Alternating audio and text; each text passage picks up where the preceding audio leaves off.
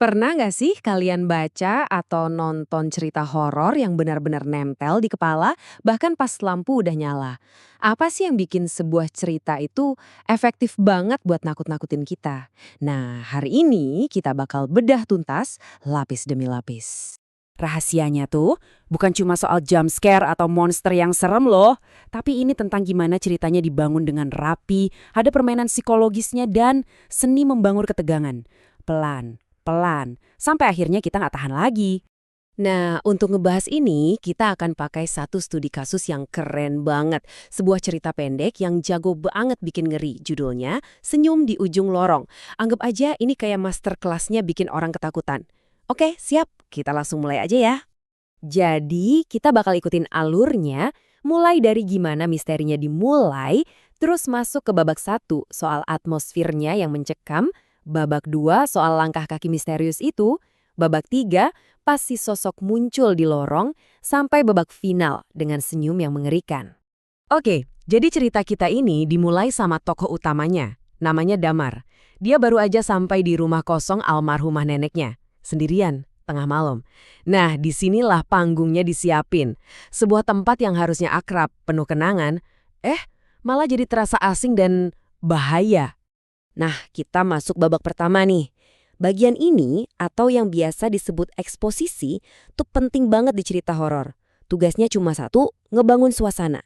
Jadi sebelum ada hantu atau monster yang nongol, kita sebagai pembaca udah dibikin ngerasa, kayaknya ada yang gak beres nih.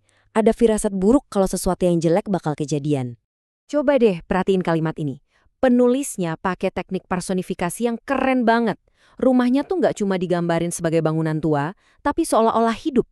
Rumah itu menahan nafas, seakan-akan lagi ngawasin, lagi nungguin sesuatu. Gila kan? Teknik ini langsung ngubah rumah kosong jadi karakter jahat di cerita ini. Lihat deh detail-detail ini, penulisnya pinter banget. Dia nggak cuma bilang rumahnya serem, tapi dia bikin kita ngerasain langsung. Kita kayak bisa megang kunci yang dinginnya kayak es, nyium bau tanah basah sama kayu busuk, bahkan keheningannya pun digambarin berat dan menindas. Semua indera kita diserang bareng-bareng buat ngebangun rasa ngeri dari awal. Oke, suasananya udah dapat kan? Udah mencekam. Nah, setelah kita dibuat nggak nyaman sama keheningan itu, penulisnya langsung memecahin keheningan itu. Kita masuk babak 2. Disinilah teror yang sebenarnya dimulai. Duk, duk, duk. Coba bayangin suaranya. Ini bukan suara tikus lari atau suara kayu tua. Bukan. Ini tuh suara langkah kaki yang berat, pelan, dan disengaja. Ini bukan suara maling yang ngendap-ngendap. Ini suara sesuatu yang pengen keberadaannya didengar. Ada niat di baliknya. Dan justru itulah yang bikin suara ini jauh lebih serem. Di titik ini, kita bisa lihat Damar lagi perang batin. Satu sisi rasa takutnya teriak, lari! Tapi sisi lainnya rasa penasarannya lebih kuat. Ya kan, namanya juga manusia, selalu pengen tahu. Nah, rasa penasaran inilah yang akhirnya bikin dia maju, naik ke atas. Keputusan buat ngadepin sumber suara ini itu jadi titik krusial. Biasanya di cerita horor, keputusan kayak gini jadi awal dari malapetaka.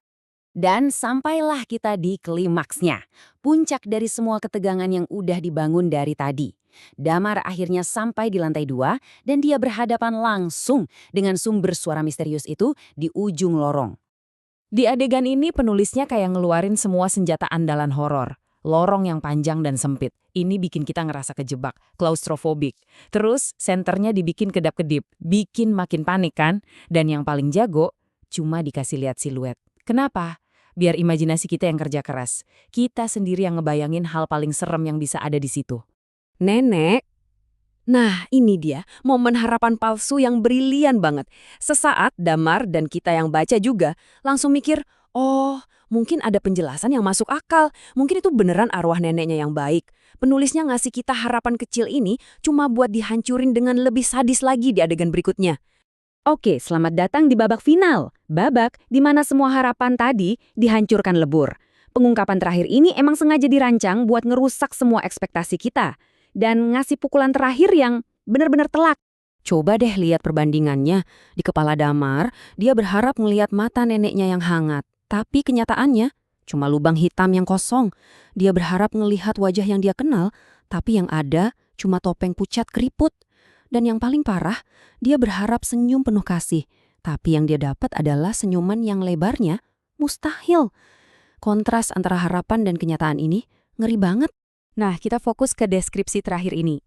Senyum yang sangat lebar hingga sudut bibirnya seolah menyentuh telinga. Coba bayangin sebentar. Yang bikin ini serem banget itu bukan karena dia hantu. Tapi karena senyum itu gak wajar. Secara fisik itu mustahil. Hal-hal yang melanggar logika dan realitas kita, itulah inti dari horor yang sebenarnya. Dan ceritanya nggak ngasih kita napas sama sekali. Damar coba kabur kan? Dia lari. Tapi langkah kaki itu ada persis di belakangnya. Dia coba buka pintu depan.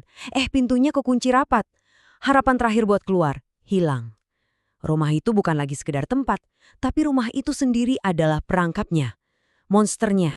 Ini akhirnya ngebawa kita ke satu pertanyaan penting. Kenapa sih akhir cerita yang gak ada jalan keluarnya itu seringkali jadi yang paling nakutin? Mungkin teror yang paling besar itu bukan hantunya, bukan monsternya, tapi hilangnya harapan. Cerita kayak gini ngingetin kita, kadang hal yang paling bikin merinding itu adalah kesadaran kalau kita benar-benar terjebak, gak ada jalan keluar, sama sekali.